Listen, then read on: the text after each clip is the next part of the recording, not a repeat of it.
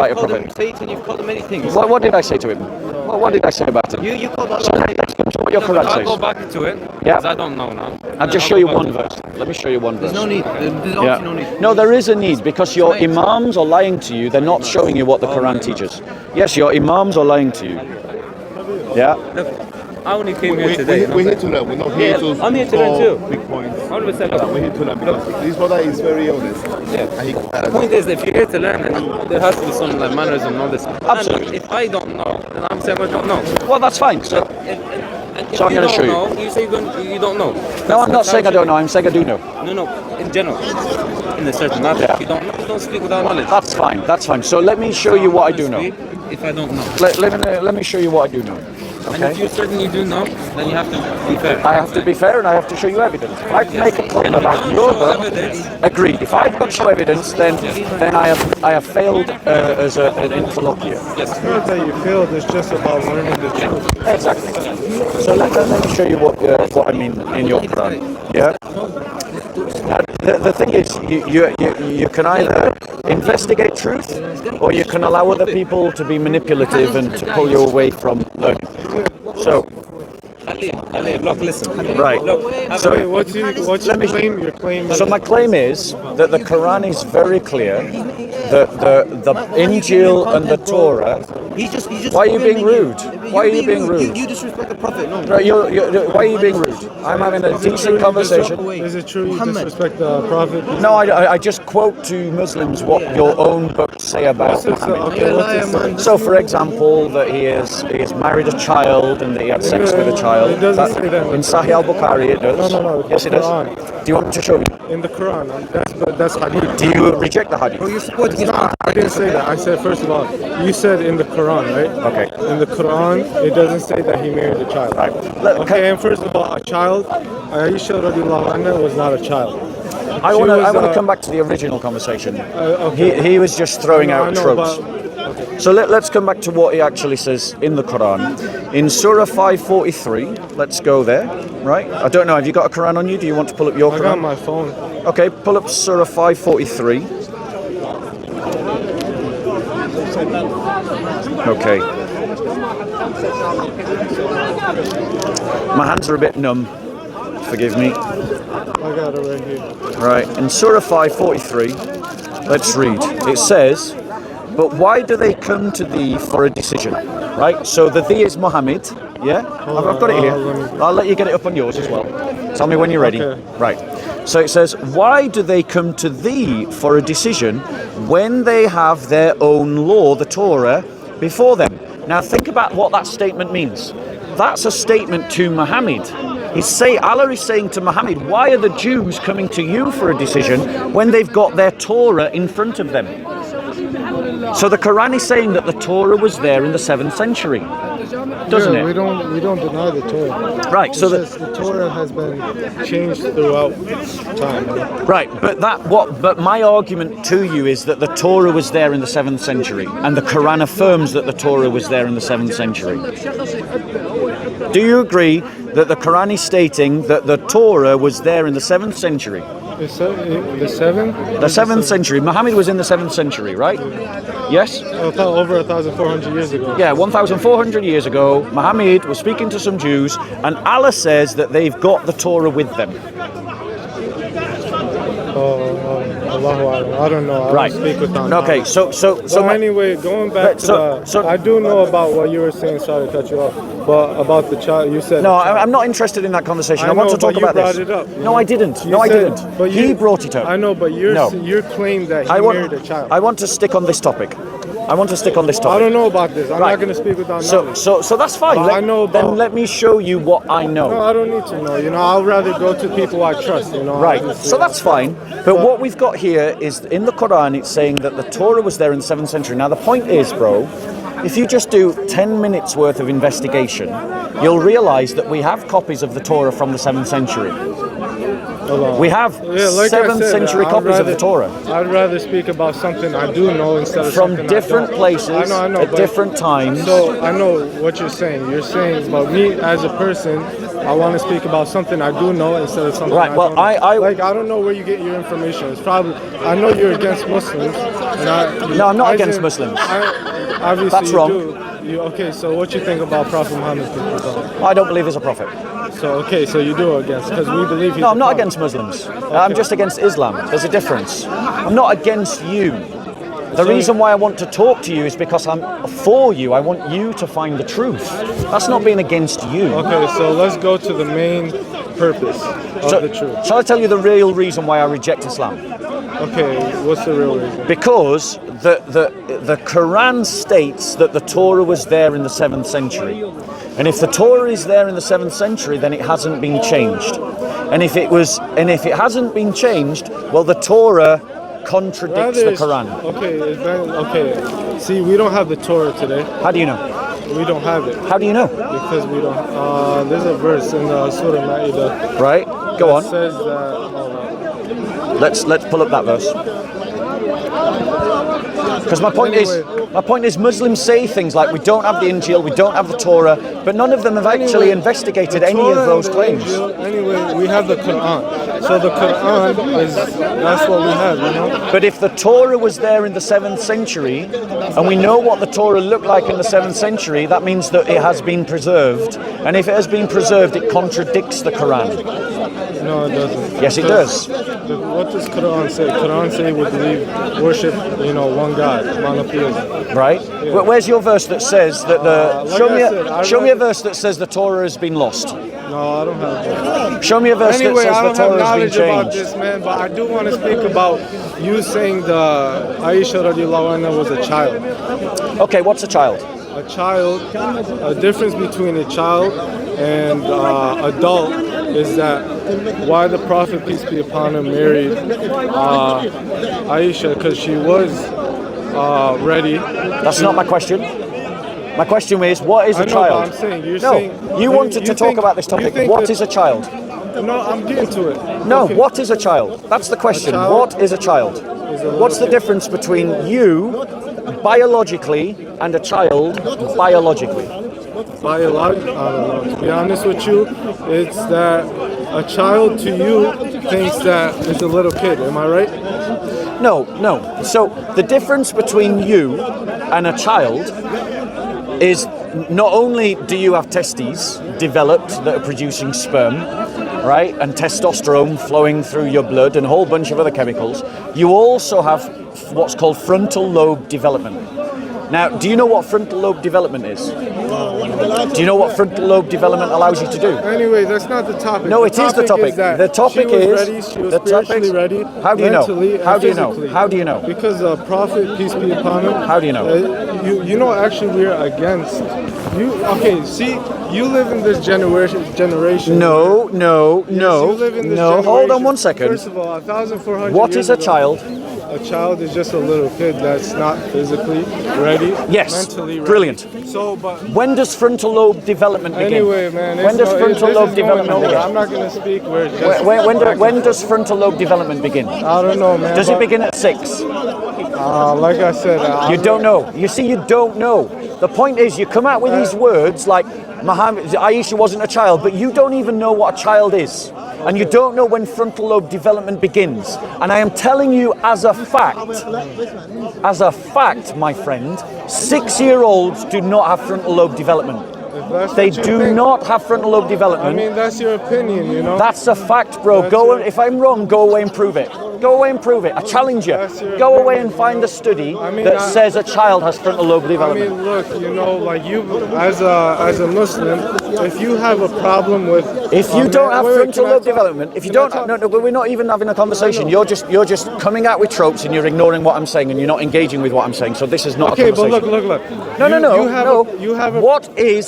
What does frontal lobe development allow you to do? Look, you have a problem with, you think that it's wrong that a man, I think it is wrong that a 54-year-old man married a 6-year-old child and had sex with a 9-year-old child. Yes, that is wrong. Okay, but There's a word for it. What's that word? What's the word? For when a 50-year-old, 4-year-old man has sex with a 9-year-old child, what's the word for it? If you're going to go there and think that's wrong, in your opinion, opinion. It is wrong, yes. Okay, why do you believe the creator of the heavens and earth was a little baby? Right. If you think that, like, we can go there. So you said that you wanted to talk about, I wanted to talk about what the Quran says about the Torah. Okay, You insisted that we change the topic. Now I'm engaging you on the topic that you chose. Now you want to change the topic again. All you're doing is jumping from topic to topic, and you're not investigating any of the claims that you're making. If that's what you The think, lies that it's your you opinion. believe These are your opinions, have been disproven by facts, my friend, by facts. Fact. Children at 6 don't have frontal lobe development. Children at 6 cannot consent to marriage.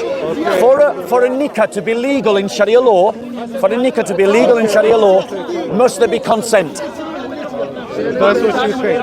I'm asking you. It's your opinion. For a marriage to be legal in Sharia law, must there be consent? I mean, as a Muslim, Answer that question. Why? You see, you're not even listening. This is what I mean. It's not a conversation. He doesn't know. He doesn't know. All he's got is a bunch of catchphrases, and once these catchphrases have been tested, he's got nothing to say. Nothing. that's your opinion. Well, I mean, the people are hearing you not give any evidence, bro. I mean, how can I answer a man who believes God's a baby? You see, he's ignoring the question. The reality is, there we go. Right, so ladies and gentlemen, what we've got here is the Muslims claim that the Bible has been lost. Muslims claim that the Bible has been changed. But when we challenge them and what their own Quran says about the Bible, we see that the Bible is there in the 7th century. And if it was there according to the testimony of the Quran in the 7th century, then that means we know what it looks like. Why? Because we have manuscripts of the Bible from the 7th century, so we can go to those manuscripts and see what it looks like. And do you know what it looks like, brothers and sisters? It looks like our Bible today, which means that the Muslim imams are lying to Muslims when they say that the Bible has been lost. And I challenged the Muslims on that, and he said, no, I don't want to talk about it. I want to talk about Aisha.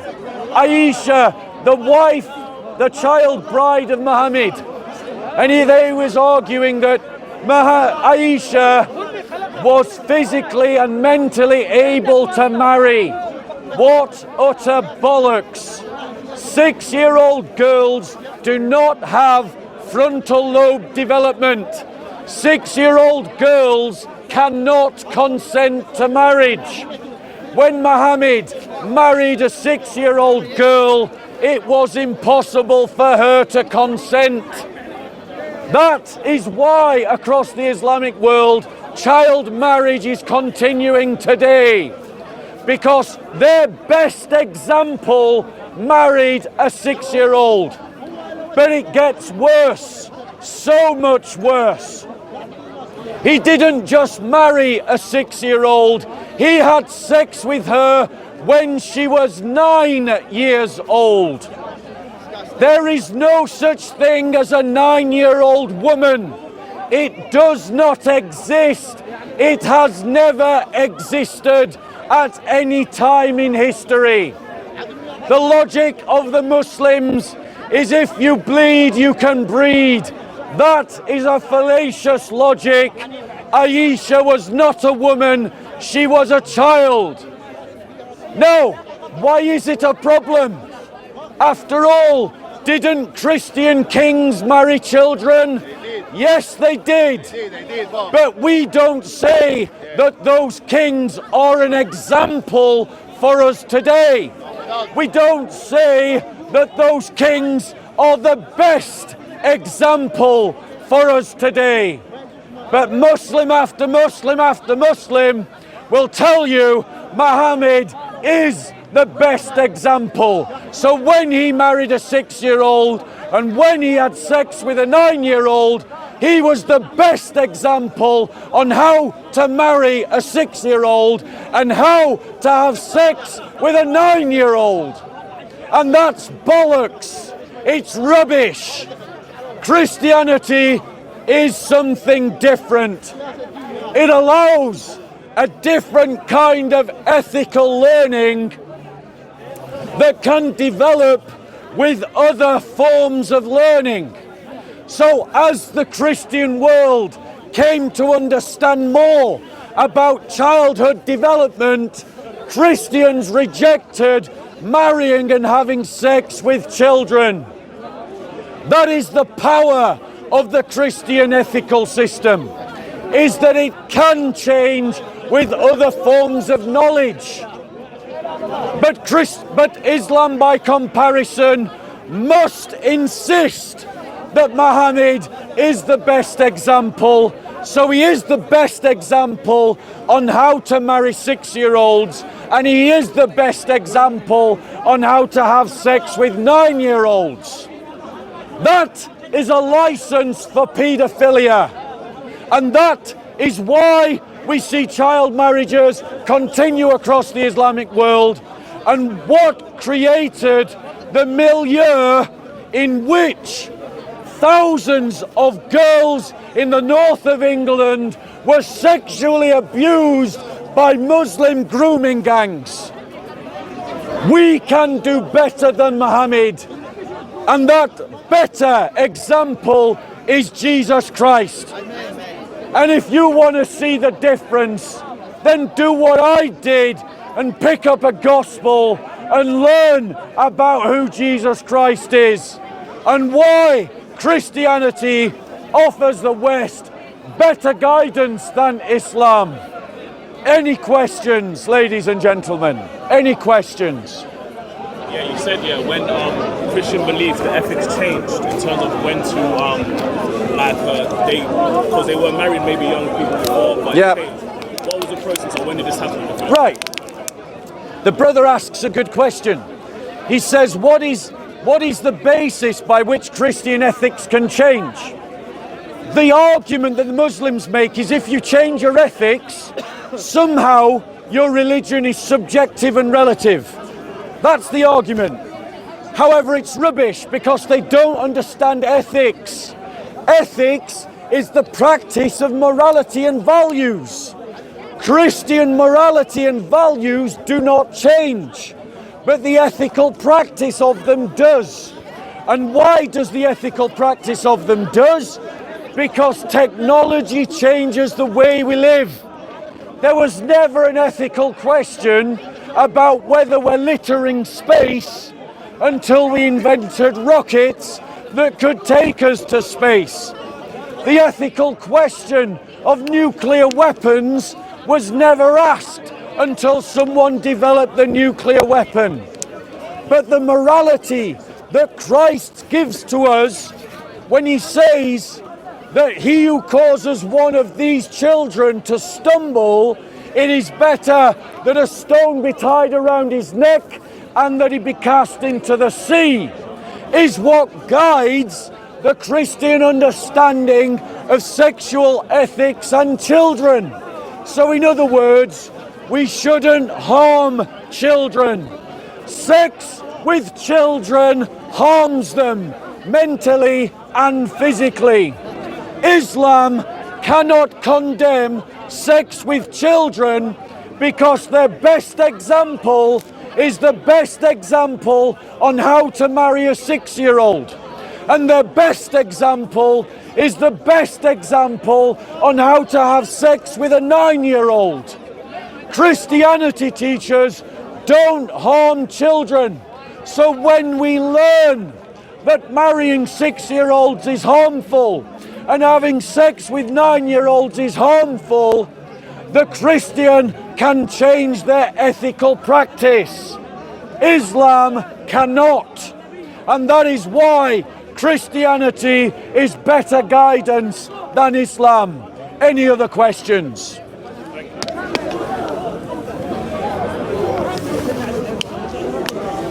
Going once.